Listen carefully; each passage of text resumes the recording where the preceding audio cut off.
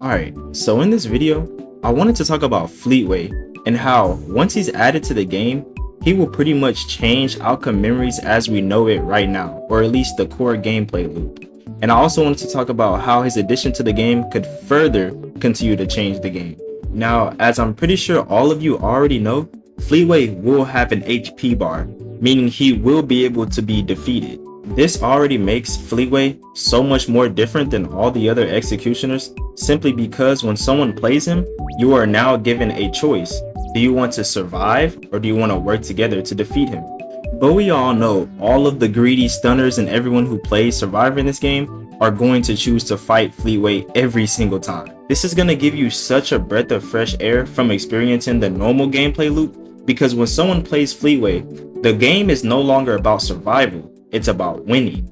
You see, when you go against executioners like 2011X, everyone is just used to, using your stuns all willy-nilly just to get them off of you for a moment. But with Fleetway, you will no longer be able to do this. This is pretty much because Fleetway basically plays like a boss fight or like a juggernaut in disguise. Stun stacking or using your stuns to just get the most maximum output of damage will be the only way to win. So if you don't work together to do those things, you're basically guaranteed a loss because of how powerful Fleetway will be. The reason this is such a unique mechanic is because it basically makes Fleetway the embodiment of what outcome memories is supposed to be. This is a game where teamwork is the only way to win, and all other means of trying to be self-sufficient outside of last man standing don't work. Although some characters have small means of counterplay against him, no single character on their own can outright counterplay Fleetway. It takes the whole team to be able to shut him out, and even then, results aren't guaranteed because he plays the perfect role of an unstoppable force. The moment you see a Fleetway, you're automatically gonna think it's either gonna be me or you, and that's so perfect for a game where chases already feel more like fights. This is why I really hope they don't nerf Fleetway on release, because that's his entire gimmick, is that if you don't use teamwork, you auto lose. Now the reason they were able to get away with nerfing Colossus is simply because he doesn't have an HP bar unlike Fleetway.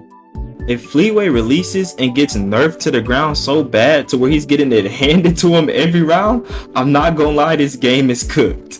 All jokes aside, Fleetway's addition to the game will make Survivor stuns no longer be just things you use to get the EXE off of you. All stuns will have an actual purpose now. For example, as much as I hate stun stacking, that will be crucial against actually being able to kill Fleetway.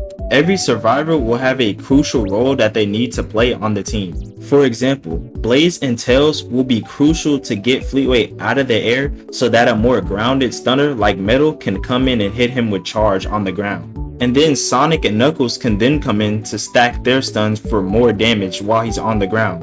The amount of combos and basically forced teamwork people will have to do in order to beat him will be really insane. He's pretty much the ideal executioner you'd want to go against to actually learn how to play this game.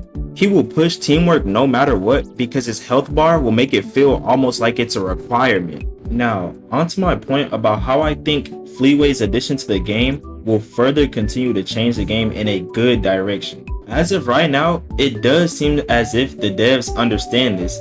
It seems as if they're making Fleetway's kit according to everything I've said thus far in this video. And it seems like from the criticism they receive from how they balance other executioners, I think that they understand that they can't afford to actually make Fleetway weak. And not only that, whenever we get video footage of Fleetway being used in public, the comments are actually filled with a lot of people agreeing that he actually does seem pretty balanced, which is very surprising considering how people were reacting to Fleetway just like 2 months ago, saying he looked absolutely busted. Which honestly just goes to show how much better us as survivors in this game have gotten better, and also goes to show how much the devs have gotten better at balancing, because before it almost seemed as if Fleetway was something that just couldn't be balanced. I say this because as of right now, it seems like the community and the devs both have a mutual understanding of how Fleetway will be played as of right now. He pretty much seems almost perfect the way he is, which is why I hope they tread lightly when it comes to reworking him, because we don't want Fleetway to lose his current identity.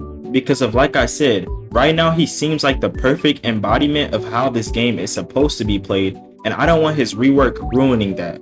Now onto my last point on why I think the addition of Fleetway will just push the game in a much better direction, and that is the replayability. Now I've already explained to you guys why Fleetway will play differently from the other executioners. But the reason this is so healthy for the game is because it allows future executioners to maybe also have more gimmicks that change up the core gameplay. Now if you're anything like me, then you're just not a fan of the regular game modes like Double Trouble or Juggernaut that you could go play anywhere else, like, I don't know, Die of Death. You see, I'm not the biggest fan of Double Trouble being added to this game because it's basically just a waste of your killer round, because it's a free win, because the survivors are just not surviving against two executioners. If you're anything like me, you're just not a fan of Double Trouble and just see it as a waste of time. This is why certain killers having certain gimmicks is very cool, because I came up with an idea. What if, instead of adding game modes to outcome memories, they let certain executioners be the game mode? Now what I mean by this is that they keep adding certain executioners like Fleetway that completely change the core gameplay, or at least give you a different option from just surviving until final 80. Because outcome memories doesn't have a malice system, this makes you waiting all those rounds to be executioner actually make sense.